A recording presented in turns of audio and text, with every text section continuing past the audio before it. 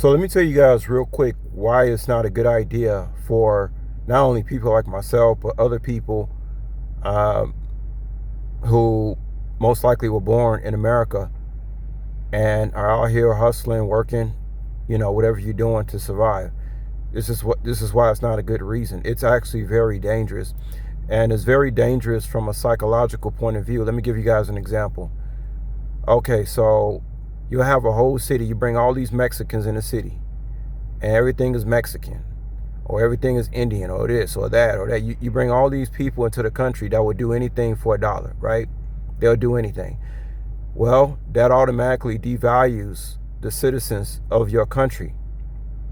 They're not gonna want to stay in your country if you're bringing people over here that's gonna do anything for a dollar. It creates a very dangerous situation. But that's not actually what the point that I want to make in this.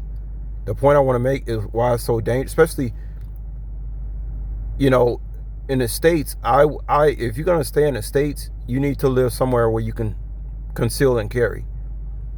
And not because you're going to have a make my day moment and take it out on anybody. It's because when you have certain laws activated in certain places, there's a strict moral code of conduct. Remember we talked about, the code, certain codes of conduct and respect.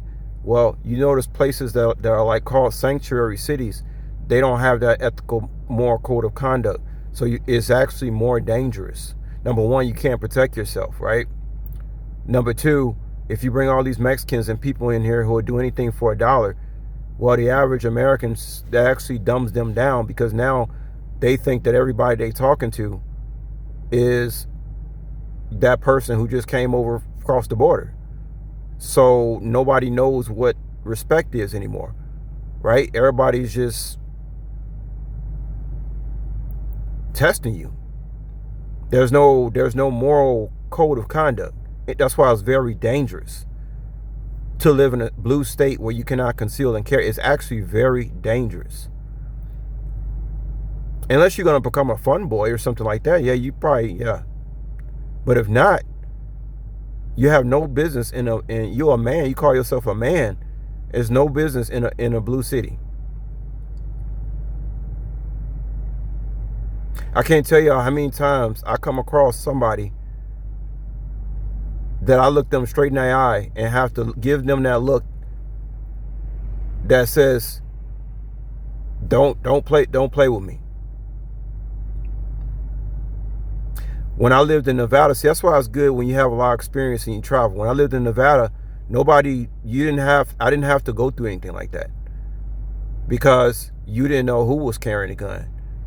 And you find places like this have the lowest crime, right? So in places that you can't carry, got the highest crime. Now, what's wrong with that situation? But anyway, let me just close this up. I just wanted to make the point that when you run across people that no longer have a template for any kind of moral code of conduct, they're so used to El Segundo and all the people who bringing them their stuff and their goods. You run across me,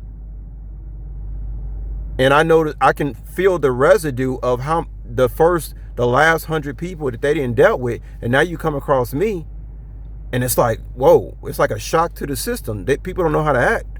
That's how I know. People like me cannot be in a place like this. It's not for me anymore. I should be in a place where there is a template and there is a moral code of conduct.